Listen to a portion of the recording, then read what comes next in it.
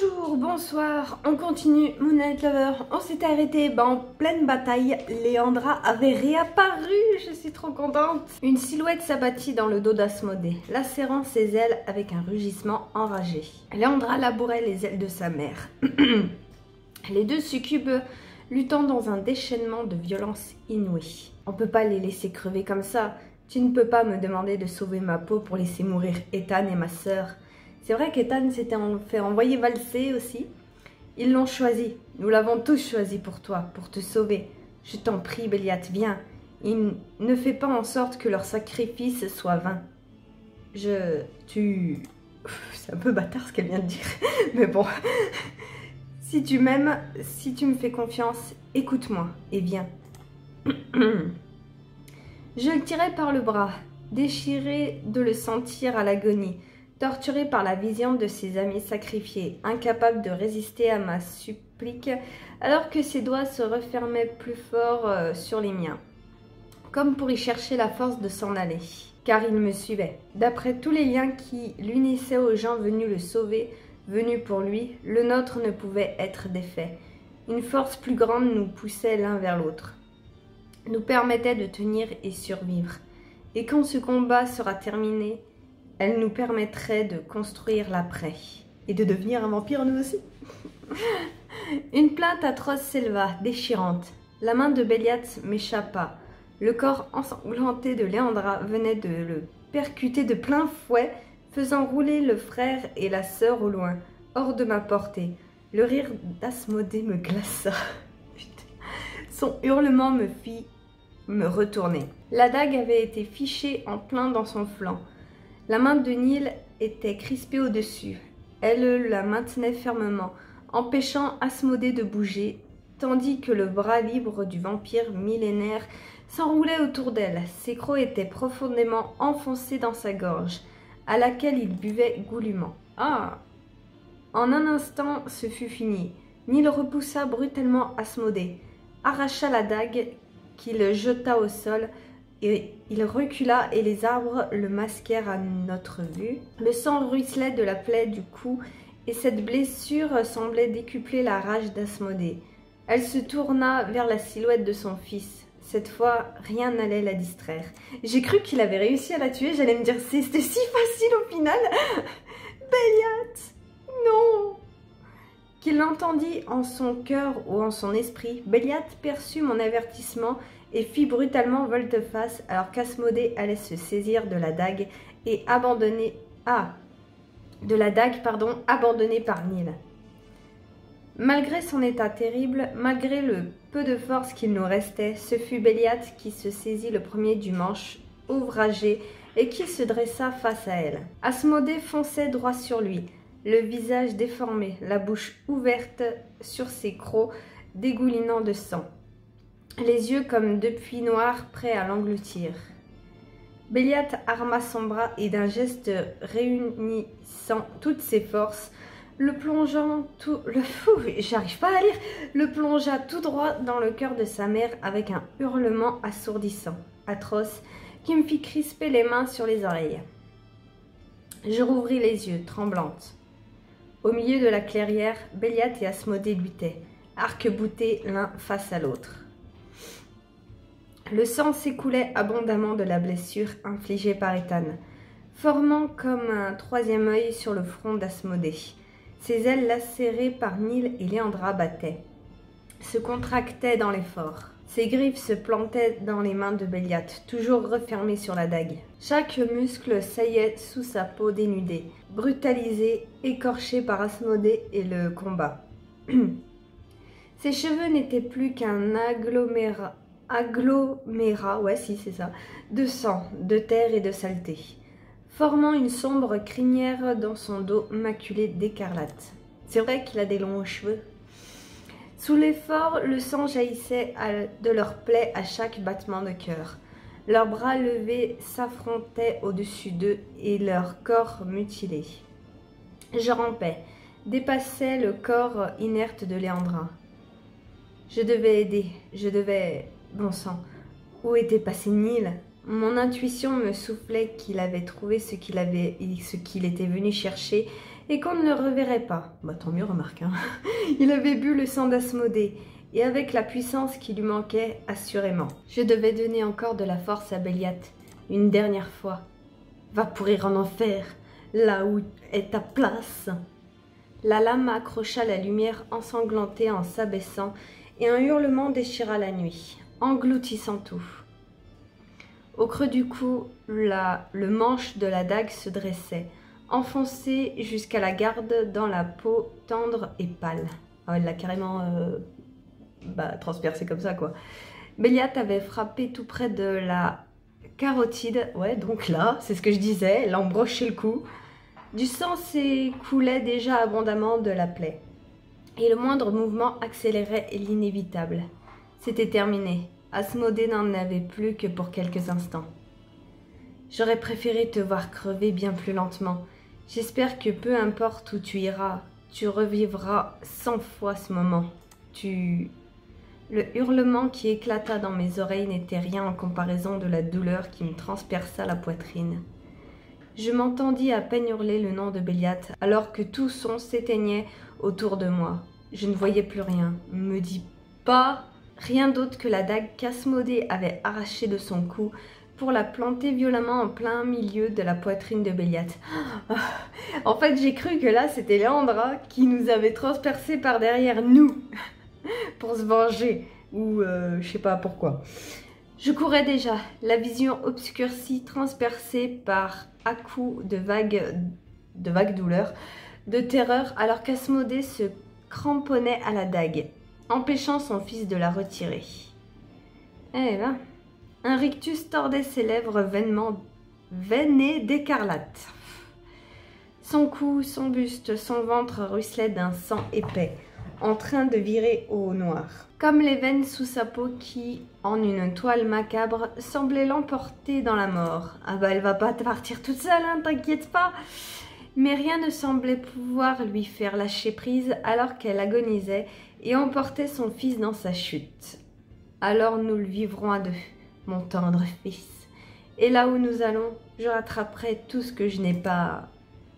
Asmodée ne finit jamais sa phrase. Dans mon poing serré, je tenais la dague, arrachée de ses mains démoniaques en même temps qu'à la poitrine de Béliat. Elle a fait un bond où elle s'est téléportée. Une vague d'énergie aveuglante me frappa de plein fouet, me faisant tomber à la renverse. Asmodée rugissait, tempêtait. Son cri devint assourdissant, insoutenable. Je relevai mon bras pour découvrir Léandra penchée sur le corps de sa mère, sa main refermée sur le poignet de Béliat. Tombée à genoux, du sang s'écoulait abondamment de la blessure de son torse. La lumière tournoyait autour de nous, comme un vent furieux et atterré. Nous étions piégés dans une sphère qui allait se refermer sur nous d'un moment à l'autre. Et la queue de cette tornade s'élevait du corps d'Asmodée. « Prends-le, Béliat. Prends-le, ou tu vas mourir. » Attends, prendre quoi? Je comprends pas ce qui... Je suis perdue. À bout de force, je me traînais jusqu'à eux. Ah non, donc c'est Léandra qui a fait ce que j'ai cru qu'on avait fait. J'étais paumée. Les yeux rivés sur Béliat, sur ce corps fracassé que je refusais catégoriquement de voir partir. La douleur ne refluait pas. Elle enflait dans mon corps et mon esprit. Lien direct avec celle, bien plus terrible, que ressentait Béliat. Non, plutôt crever que de finir comme elle. Si tu refuses, c'est ce qui arrivera. Elle t'aura eu, elle aura gagné. Tu peux apprendre à vivre avec, à te retrouver. Béliat, j'atteignis enfin sa silhouette, entourais son dos de mes bras, le serrais désespérément contre moi. Je voulais prendre sa souffrance, la soulager, la voir quitter son corps. Mes mains crispées sur sa poitrine furent en quelques instants trempées de son sang. La vie s'en allait, rien ne pouvait la retenir. Et ce brusque constat me transperça comme une balle tirée en pleine tête. Sérieusement, il va mourir? Léandra releva les yeux vers moi. Les murs de la sphère se rétrécissaient. Asmodée meurt, mais son pouvoir doit aller quelque part. Si Béliat l'accueille, s'il l'accepte, il peut survivre à cette blessure. Bah oui, bien sûr. Un hoquet de colère souleva le corps de Béliat. Mes mains trouvèrent la plaie, la pressèrent tant que je pouvais, dans une tentative de ralentir l'inévitable. Je refuse que tu l'utilises pour me faire devenir un démon. Béliat, elle dit vrai. Si tu prends ce pouvoir, tu pourrais... Elle dit ça, mais elle n'en sait rien. Je ne pouvais pas le prononcer. Tout allait trop vite. Je commençais également à prendre conscience ce que l'énergie démentielle autour de nous avait de sombre, d'angoissant. Elle n'avait rien de positif. Je sentais Béliat s'appuyer de plus en plus contre moi et s'affaiblir. Et je resserrais, paniqué, mes mains sur la plaie. Si je prends le pouvoir d'Asmodée, ma part vampirique disparaîtra presque totalement. Je ne pourrai pas rester... Je deviendrai dangereux pour Léandra, pour les autres, et même pour toi. Ah bon? J'ai pas l'impression que Léandra soit si dangereuse que ça, pourtant c'est un démon. Voilà, son visage était relevé vers moi. Ce visage marqué, grisé, qui bientôt ne sourirait plus, ne s'animerait plus, ne m'embrasserait plus. Sauf si, Béliat, peu importe ce qui arriverait, tu es assez fort pour t'en remettre. Mais si tu meurs, on ne pourra... Je ne serai plus celui que tu connais. Si je prends ce pouvoir en moi, je devrais partir, t'abandonner. Je ne peux pas. Mais pourquoi ça va changer, je comprends pas. Ou j'ai loupé un truc. Si tu ne le fais pas, tu m'abandonnes pour toujours après être mort dans mes bras. Est-ce que c'est mieux qu'il t'abandonne alors qu'il est mort ou qu'il t'abandonne en étant en vie? Choisis, meuf. J'avais hurlé. Hurlé à travers mes larmes, paniqué, incapable de supporter cette possibilité, alors même que la seule idée de le perdre me déchirait. On est passé par tous les extrêmes pour nous aimer, pour nous découvrir, puis pour nous sauver et on est revenu. Si ça doit être l'ultime étape, la pire des épreuves, je suis prête à la supporter. Mais ne meurs pas, peu importe ce que tu deviens, tu le dompteras, parce que tu es toi, bon sang. Fais-le, Béliat.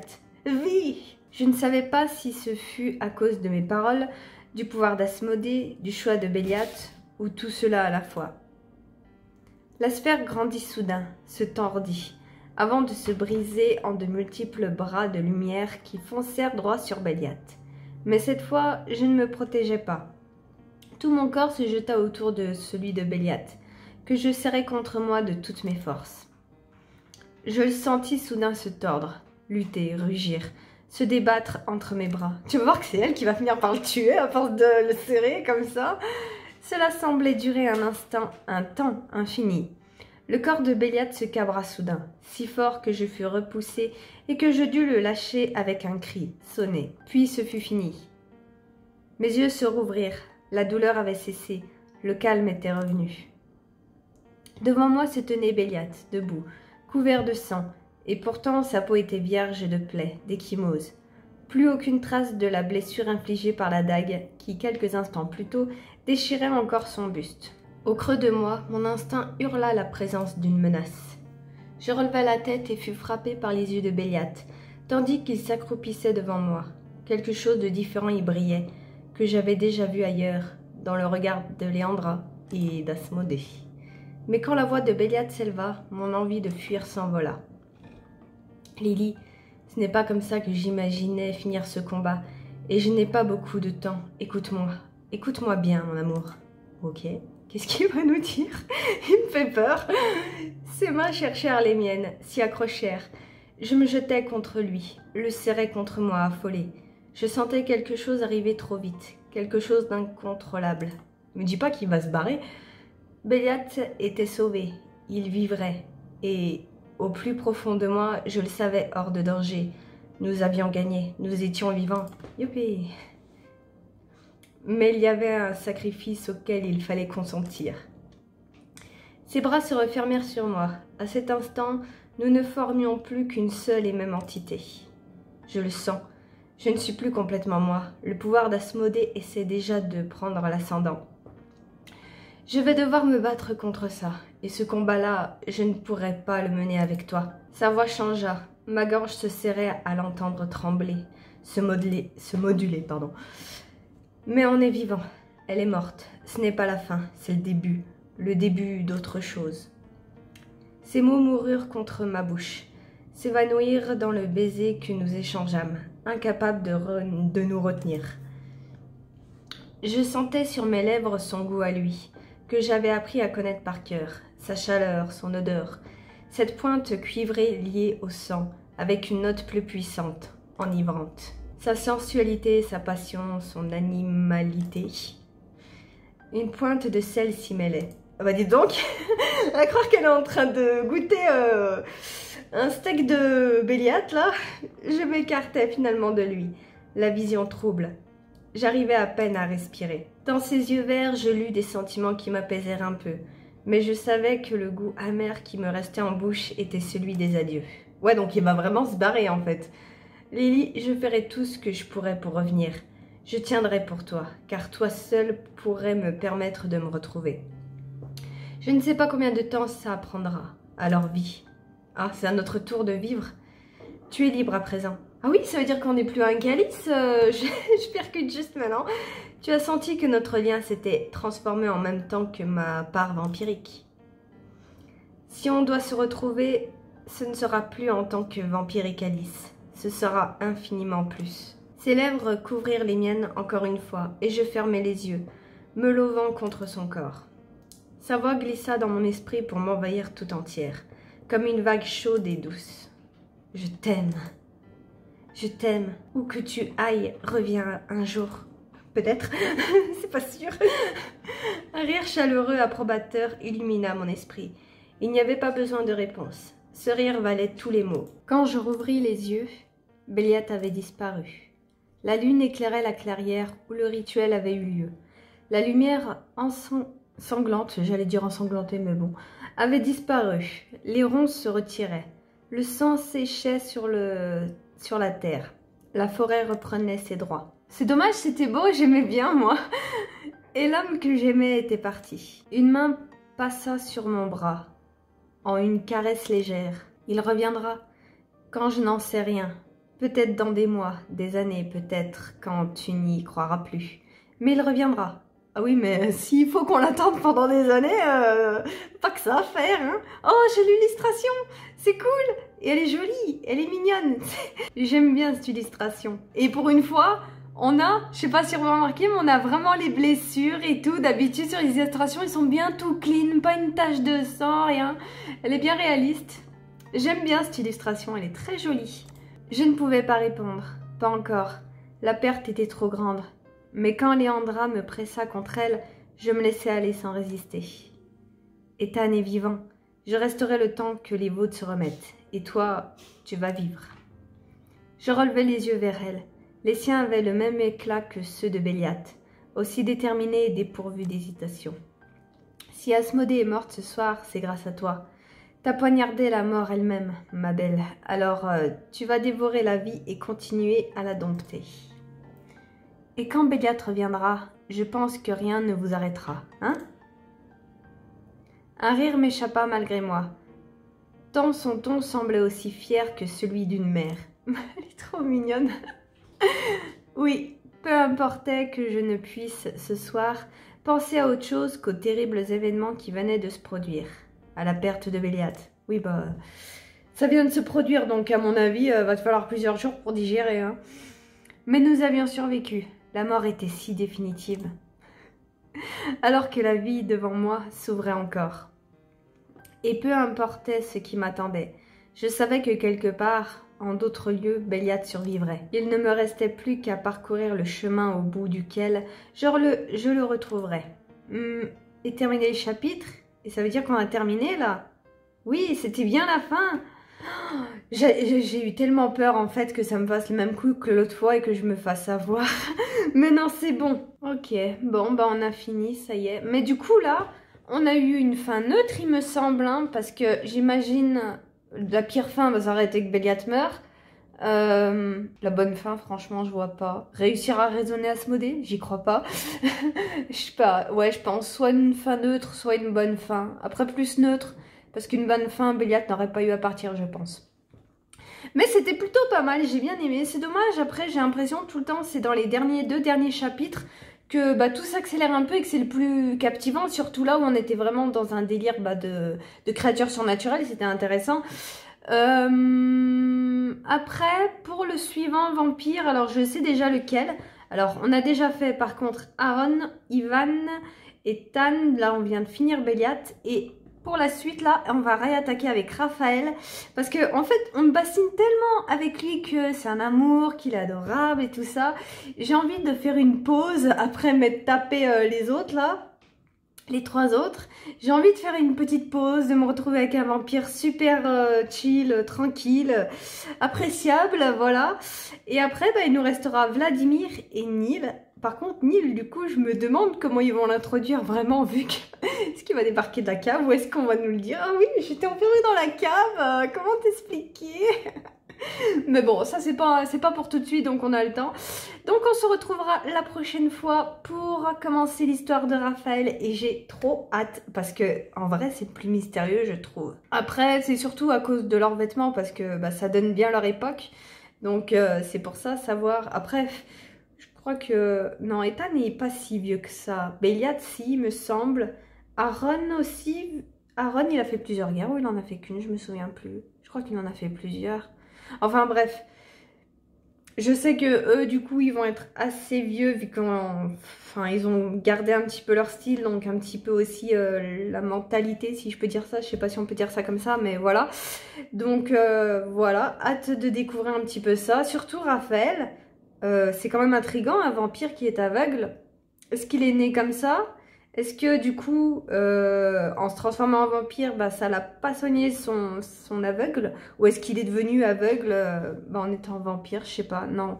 Ça me serait quand même, parce que les vampires, c'est quand même la cicatrisation, guérison rapide. Du coup, ouais, je pense que ça se trouve, ouais, il était déjà aveugle avant de devenir vampire. Ou alors c'est une malédiction, je sais pas. Enfin bref, je m'étale, mais on verra ça, on aura tout le temps de voir ça. Et on se retrouve la semaine prochaine pour continuer un nouveau vampire. Je suis trop contente, on va continuer avec mon petit Raph. J'ai jamais joué, mais on m'a tellement hypé ce personnage que je le kiffe déjà en fait. Allez, je vous laisse à la semaine prochaine.